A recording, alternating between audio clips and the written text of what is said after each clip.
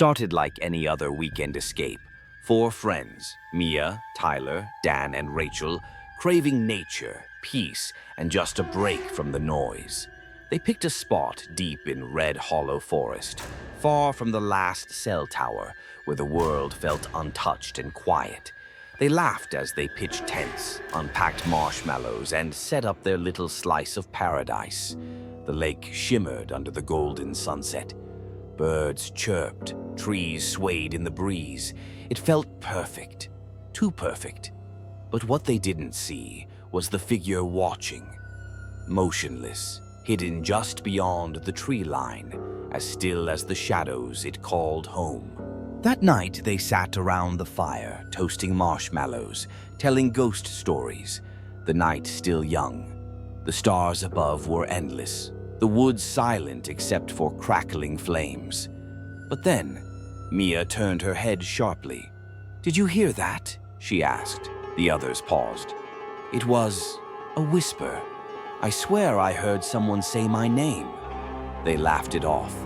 Maybe the fire, maybe the wind. But Mia heard it again, this time closer. She stood up and looked into the dark. Her flashlight flickered once, then again. And in that flicker, she saw something. Just for a second, morning came cold and quiet. The fire had died to ash. But Tyler's tent? Empty. His boots were still there, his bag untouched.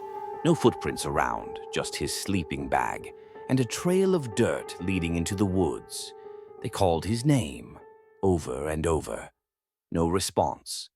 Dan followed the trail. It went 20 feet, then vanished, like Tyler was plucked out of reality. Mia clutched Rachel's arm. "We need to leave," she whispered. But Dan wouldn't give up. "We'll find him." He looked up into the trees, and for a split second, he swore one of them moved. They tried to leave, packed everything, but every trail looped back.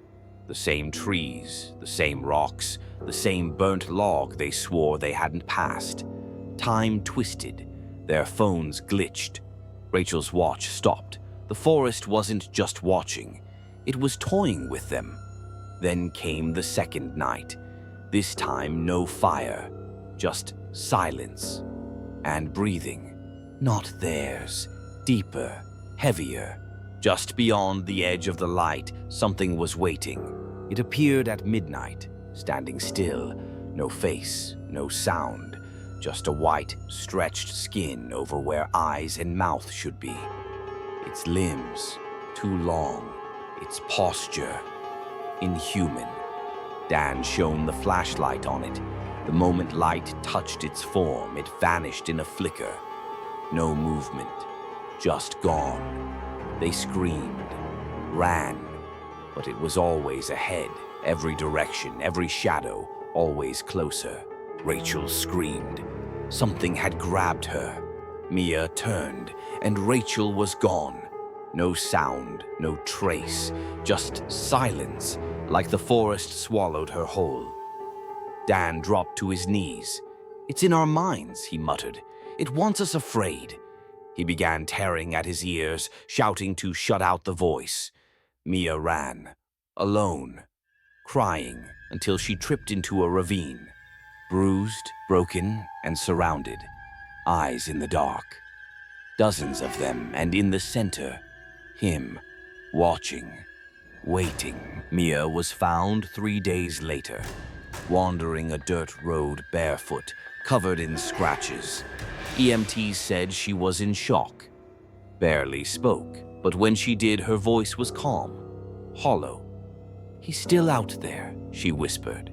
"He's watching anyone who comes too close." And as the ambulance drove away, deep in the forest, something moved.